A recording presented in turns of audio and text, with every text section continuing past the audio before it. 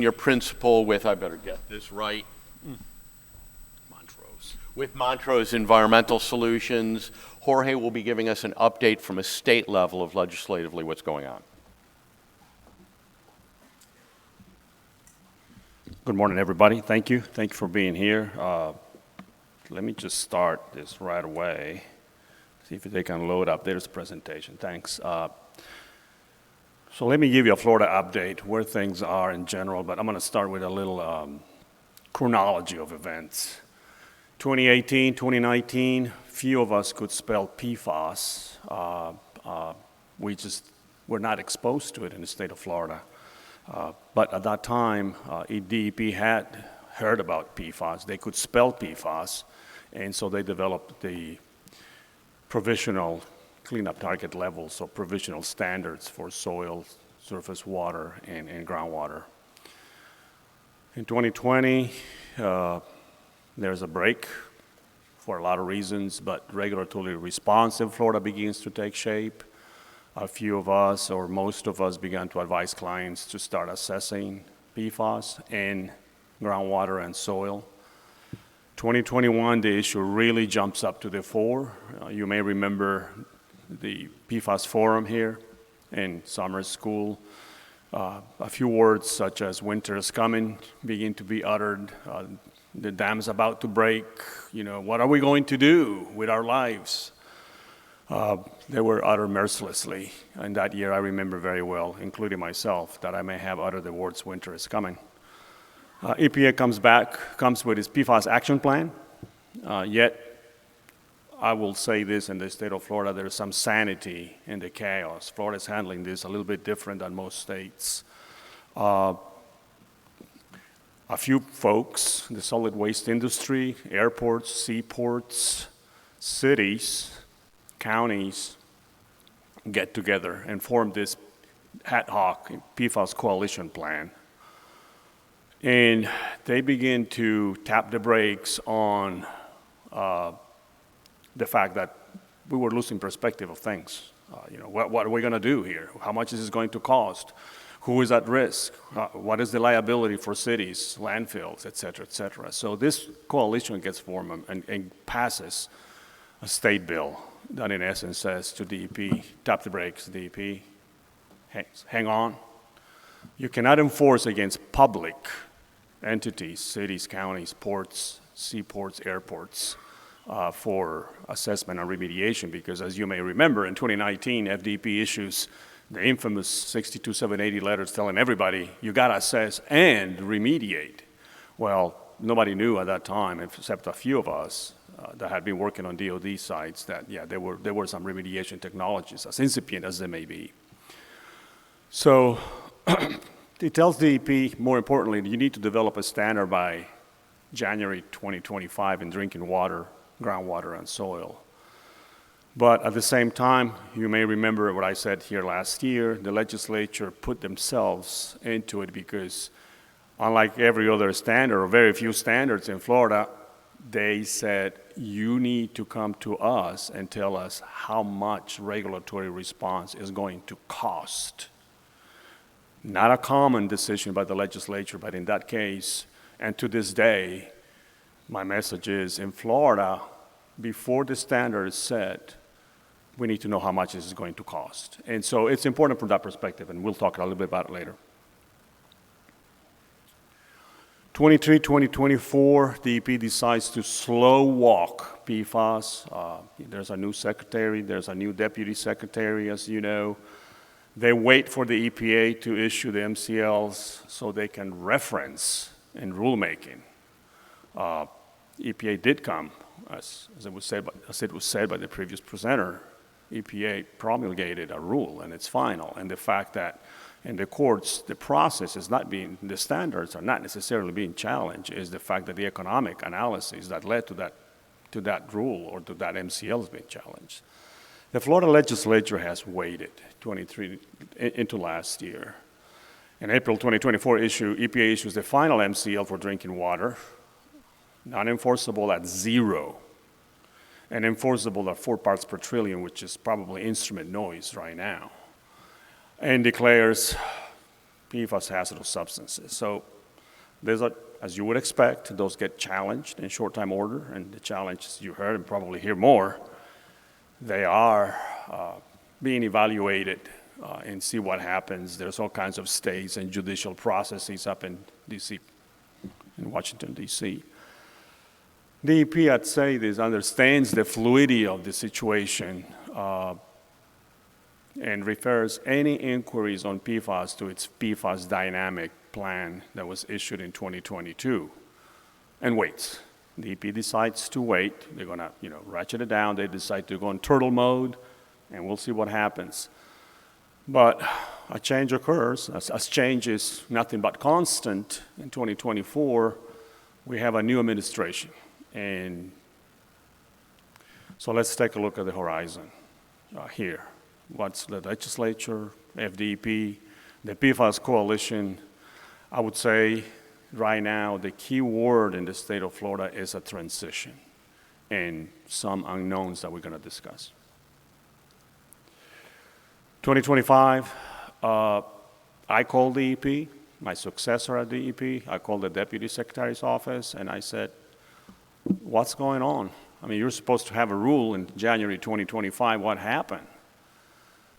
And surprisingly, DEP tells me, well, as it was said before, we have a final MCL in drinking water. And it's final. The EPA promulgated a final MCL of 4 parts per trillion for drinking water. It's been challenged, but it's final. And so DEP tells me we're going to proceed to adopt 4 parts per trillion as a drinking water standard. I said, okay, that's fine. Please bear in mind one thing, that before you do that, you need to communicate with the legislature, and you need to be very, very, very good at what economic analysis is for compliance on drinking water standards. Again, DEP would start a rulemaking at 4 parts per trillion. But on March 10, 2025, last month, the Court of Appeals in D.C., grants the new administration a stay, saying, okay, it seems that the new administration, and by the way, for those of you that don't know, you probably do know that Teresa Buisagi is going to be second in command at OLM, and she's going to have a very tough job of deciding where this is going. But fortunately, she's a Florida lady, and we'll figure out where this is going to go. But anyway, so DEP, based on that, I get a call back, and DEP says, look, we're going to wait. Notwithstanding our desire to do rulemaking, there are too many unknowns. And of course, there's a lot of speculation on what the federal stay means, and that probably will be discussed plenty here with the distinguished attorneys. On March 2025, and confronted with uncertainty, and if there's one thing that regulatory agencies don't like is uncertainty, they decide to tap the brakes. The word that I got from DEP and from the legislature 3 days or 4 days ago is that DEP is going to punt the development of MCLs for 2 years. They're going to have an amendment to the budget bill that grants them kicking down this can, kicking down the road for another 2 years before they get to develop an MCL. That's the latest. Where the legislature, contrary to what you might heard, there was a move by the Florida airports to get liability relief.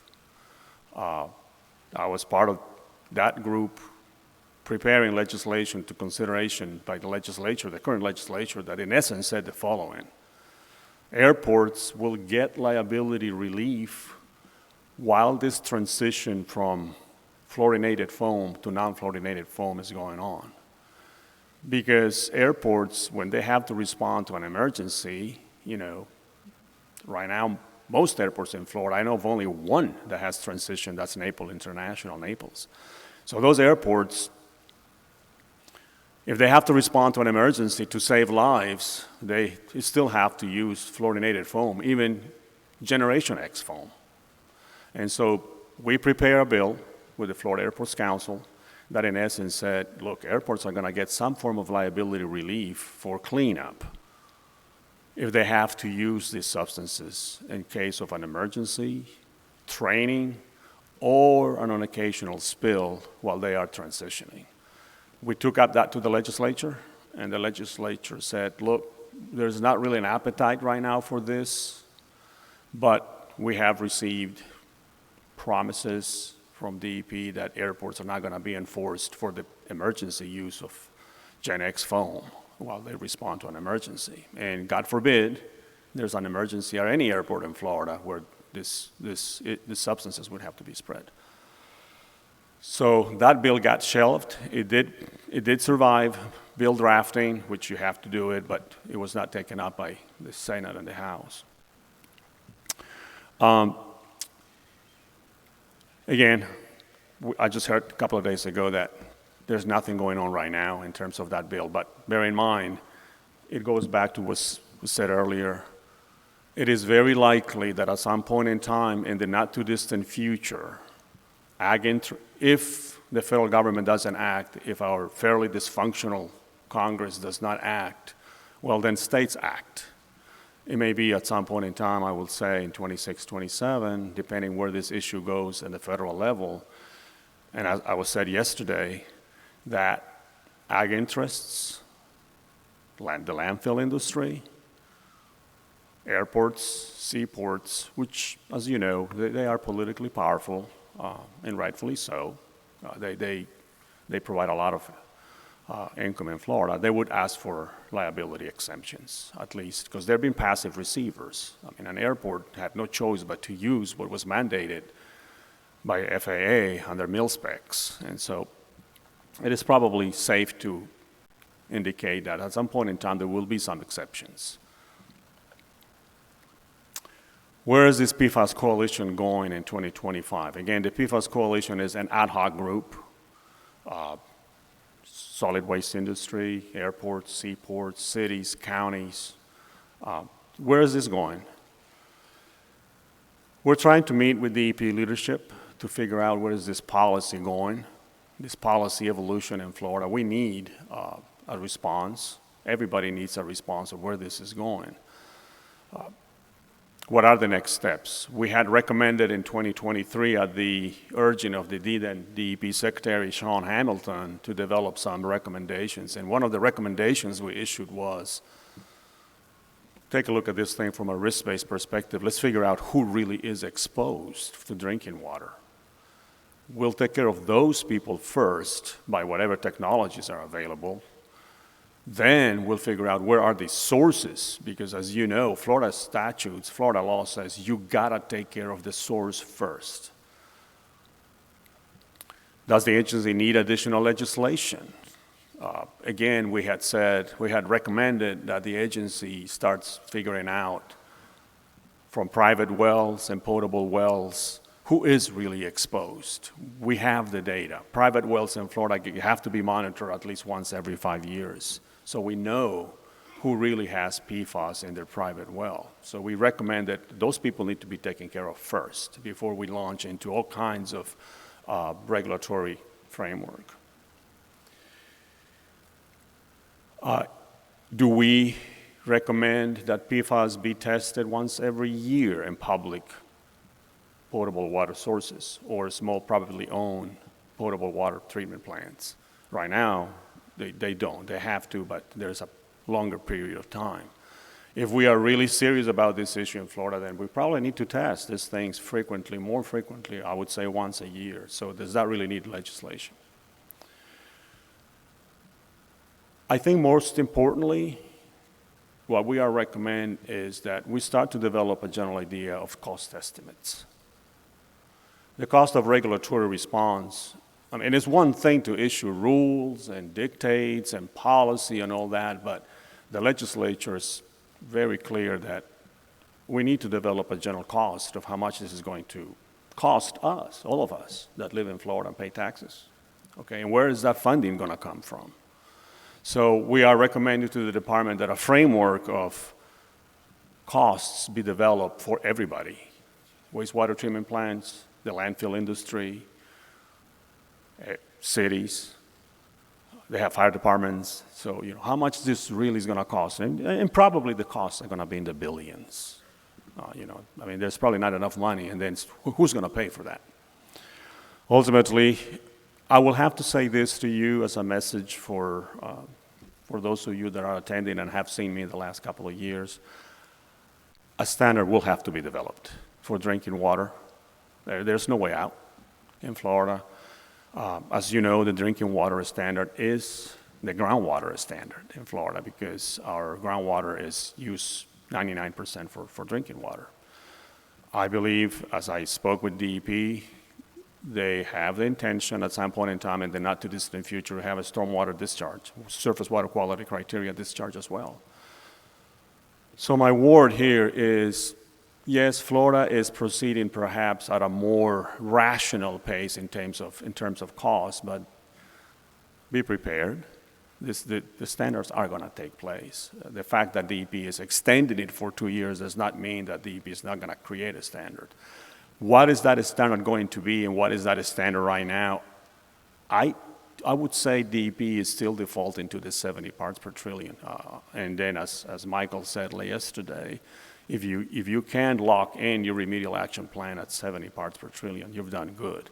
Will a 4 parts per trillion be considered? Well, it's final. Nobody's challenging the science behind how they came about, the 4 parts per trillion. And so there will be a standard for that and the implications of what that really means. Transition and unknowns in Florida, an often overlooked item. In 2008, Florida prohibits the construction of new domestic wastewater outfalls to the ocean and expansion of existing outfalls. By December 2025, all discharges in Florida must meet advanced treatment and also must reuse 60% of wastewater. What is the role of PFAS and POTW discharges in Florida? We'll probably know pretty soon, by December 2025. The role of PFAS in purple water. We will have to address these issues. The role of PFAS in one water. As you know, Florida has a water deficit for drinking water. Our aquifers are being tapped out because, we grow a lot. It's a destination for everybody that wants to retire in Florida. So the legislature said, well, we need to start reusing treated water as potable water. What does that really mean in terms of that program if we're going to have PFAS in drinking water? And of course, this issue is big because last month our governor in Florida gave $55 million for the transition from treated water to potable water for us to be doing that. Market forces, I will say this, the market forces in airports are forcing airports to go to a transition to fluorine-free foam. They are beginning this process. The market forces are driving this. Nobody is going to manufacture Gen X's for airports and all that stuff. So that's going on. I would say that, at least in Florida, a more risk-based approach will likely gain hold. And let me emphasize, yes, there'll have to be assessment and remediation of the source. That is mandated by the legislature. That's not being challenged. But I would say remediation of a large, diffuse, wide area plume, that's open to debate. If we have a mile-long plume like the one in Stewart, who just received a settlement that will be discussed here later by the distinguished attorneys, are we going to remediate a very large mile-long plume? Probably not. But we will go after the source. Standards, we need to determine is DEP at 70 or at 4. And that's a conversation we're going to have with DEP soon. And what is the funding source? What's going to happen in Florida in terms of funding? The legislature is telling us. Who's going to pay for this? I know it's been fast and furious, but I got 5 minutes, so thank you. Thank you, and let me start you off with one question. As you look at the options for dealing with groundwater remediation, and you talked about there's really no viable process in thought for remediating like a large Stewart plume, we start to switch to getting people off of wells and onto a unified potable system. Are you hearing any conversation about something like a WPA era style, we've got to get the whole state on municipal water type of thing? That was a recommendation, thank you, Howard. That was a recommendation by the PFAS Coalition. Grant sufficient funding to DEP and cities to start transitioning folks from private wells. I mean, private wells are, mildly regulated in Florida. Sometimes you don't even need a permit. And the permit, as you know, Howard, you can get it on the internet. Mm-hmm. And so there's a move as part of this risk-based approach to start getting people off private wells and into the municipal water supply, which is a lot more controllable than private well. Right. Thank you. Any questions in the audience? Yes. Robin? There's a microphone coming to you, Robin.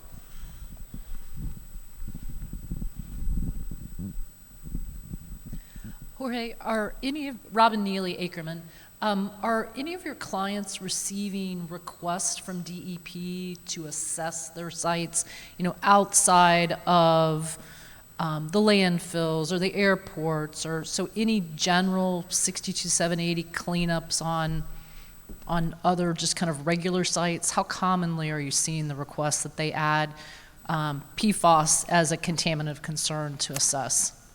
Not at this time, and as you know, Florida is a lawyer-happy state. The legal counsel for the clients in the private sector are saying, don't do anything yet until we get clarity from DEP or what the standards are going to be. In the public sector, a couple of my clients have received requests to assess, but they blew DEP. They said, nope, the statute says we cannot do anything. So right now, at least the counselors that I've worked on, they're saying, hang on, we need clarity from DEP. That's why I put that in 2025. I mean, we will address that with DEP, where they're going on this. Now note that hasn't stopped some of the delegated programs for asking for it. No, of course. The Independent Republic of Miami-Dade probably. Is that one you're talking about? Okay, could be, That's a suspect. Yeah, okay. Okay, thank you. Thank you so much. Any more questions?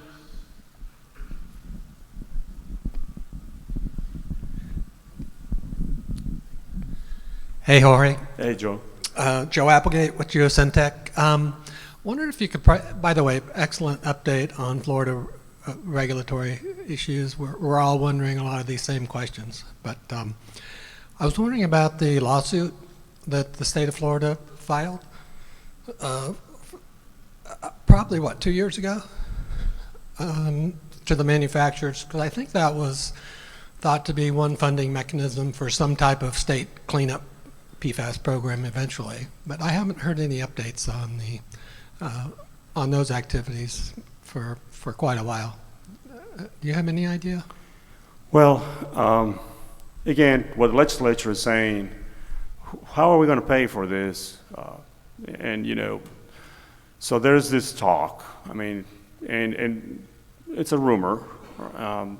There are some powerful politicians that are going to have even a more powerful role at some point in time in the legislature that, as we all know, and it's a fact of life, the 30-year-old petroleum program has just issued its second or third contract. When I was the director of DEP, I issued the second contract, I think, I don't remember. But we also all know that there's just that many sites in petroleum that need to have remediation as intensive at once. And so that program generates about $250 million for the program out of a tax that we all pay. So there is some discussion as to if we're going to pay for PFAS in Florida, some of those funds will have to be transferred to a new trust fund, Joe. And I think eventually that's what's going to happen, just because Florida has so many water issues, so money. So yes, I think that's going to be one of the issues under consideration. Do we create a new trust fund for groundwater protection and cleanup? So yes, it's being discussed. Thank you, Jorge. So Jorge was good enough to bring us through what's going on at the state level. Our next speaker, Jennifer Baker,